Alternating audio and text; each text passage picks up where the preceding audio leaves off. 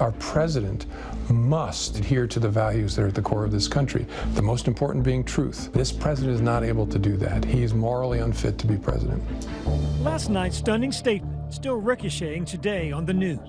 This war of words between the president and the FBI director who he fired after James Comey's explosive interview. I think he struggled to answer basic questions, and he looked a little shaky. President Trump watched portions of ABC News' exclusive James Comey interview, but as he left the White House this morning, he didn't answer ABC News' John Carl. Did you get a chance to watch the Comey interview, Mr. President? Mr. President, Comey says you are morally unfit to serve. Any reaction, sir?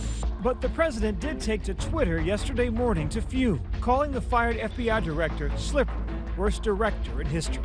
Tonight, Nightline brings you more in this story of truth and lies. You must tell the truth. It matters enormously. At an extraordinary moment in American history, where the former director of the FBI calls the president who fired him destructive. I liken President Trump in the book to a forest fire. Going to do tremendous damage, going to damage those important norms. But a forest fire gives healthy things a chance to grow that had no chance before that fire. Promoting his new book, A Higher Loyalty, Comey explains why he's stepping forward now. Why the title, A Higher Loyalty?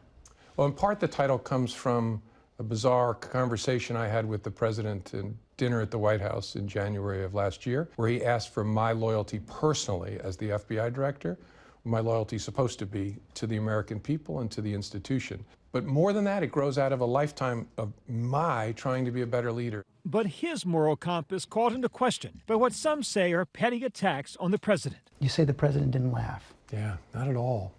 And I was struck by it. And so struck by it, it stayed with me. So I went and tried to find examples of videos where he's laughing, and I could only find one that really wasn't a genuine laugh. He's also under fire for the public role he's played over the past 2 years. Incidents, he says, reflected his own difficult choices between concealing or revealing information to the American public. His first audacious public moment, that July 5th, 2016 press conference regarding Hillary Clinton's emails. Comey concluding there was no criminal intent and no reason to prosecute Clinton. But he was also harshly critical. There is evidence that they were extremely careless in their handling of very sensitive, highly classified information. He did not disclose his findings in advance to his boss, Attorney General Loretta Lynch. I decided that I would read it, say it out loud, so that people could hear the tone in my voice, but that I wouldn't take any questions. Comey says he was concerned the public might question Lynch's impartiality, particularly after her impromptu meeting on an airport tarmac with Bill Clinton. He decided to take matters into his own hands. Your critics say this is where your ego got the best of you. This was your original sin.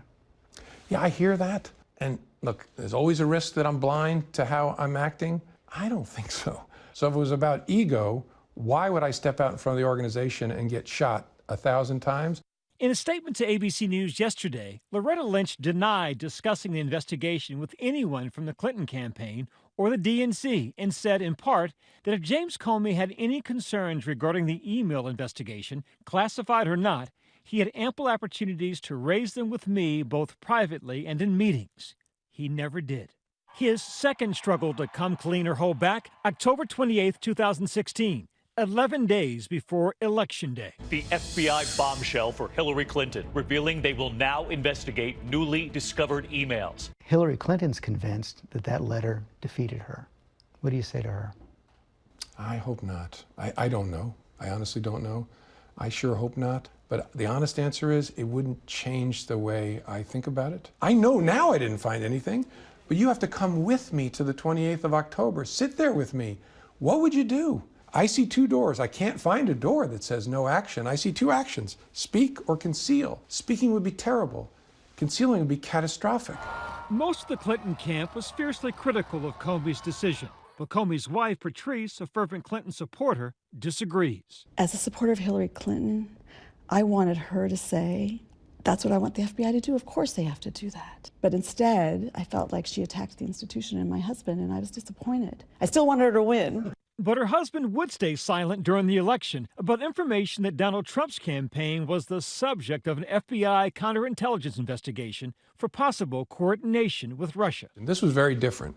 We did not want these Americans to know that we had reason to believe they might be working with the Russians, because we got to run this down and investigate it. In January 2017, Comey does tell the incoming president about sensitive but unverified information the FBI received from what they believe to be a credible source, which included a salacious allegation of Trump's encounter with prostitutes in Moscow. Why tell him? We had been told by the press that they were about to run with it. One of the ways we defeat the adversary is tell the person who might be blackmailed, we, the government, we already know about this. So you're not going to be able to hide it so they don't have leverage on you.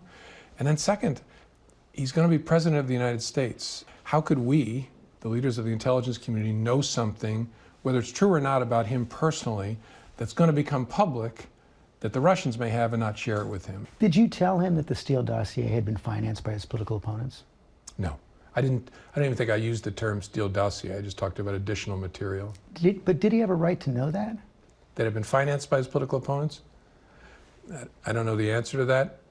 It wasn't necessary for my goal, which was to alert him that we had this information. I will faithfully execute the office of President of the United States. Days after the inauguration, in a private one-on-one dinner at the White House, Comey says the president makes a request. He said, I expect loyalty, I need loyalty. And I just stared at him and had this little narrative with myself inside saying, don't you move, don't you dare move, don't even blink. Why not say no? I think because I was caught totally by surprise. He says the president asks a second time. Comey hedges and only agrees to give the president, quote, honest loyalty. Given that I worried he might not tell the truth about our encounter, I thought, I need to have a written record of this. And so I went home on my personal computer and created a memo and kept a copy of it in my personal safe at home and left another copy of it at the FBI because it was about both protecting the FBI and protecting me. He documented another meeting with the president in February 2017, the day after NSA Director Michael Flynn was fired. Comey says Trump made a request. He said he hopes I can let it go. And when he said that, you thought? He's asking me to drop a criminal investigation of his now former national security advisor. I took the expression of hope as, this is what I want you to do. The president says he didn't say that. Yeah. What am I going to do? He did. Comey's story about the conversation has stayed the same. Do you solemnly swear to tell the truth? From his Senate testimony under oath. I took it as a direction. I mean, this is the President of the United States with me alone saying, I hope this. I took it as, this is what he wants me to do. Now, I didn't obey that, but that's the way I took it. Comey would leak his memos, a decision he hoped would, and in fact did, lead to the appointment of Special Counsel Robert Mueller to oversee the FBI's investigation into coordination between the Trump campaign and Russia. That investigation now includes a potential obstruction of justice case involving Comey's firing. And if Robert Mueller decides to bring a case, would you be a witness for the prosecution? Sure, if he asked me to be. Yeah, I'm a fact witness that relates to, I'm sure, to an obstruction investigation. Where that's going to go, I don't know. Mr. Mueller, are you investigating the president? And as Mueller's investigation continues to heat up, Comey still questions why Trump seems often hesitant to criticize Vladimir Putin. Why is President Trump so reluctant to call out Vladimir Putin? I don't know.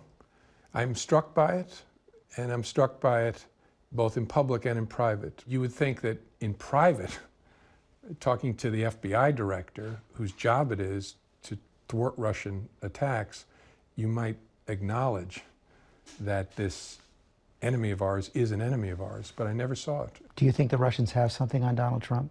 I think it's possible. I don't know.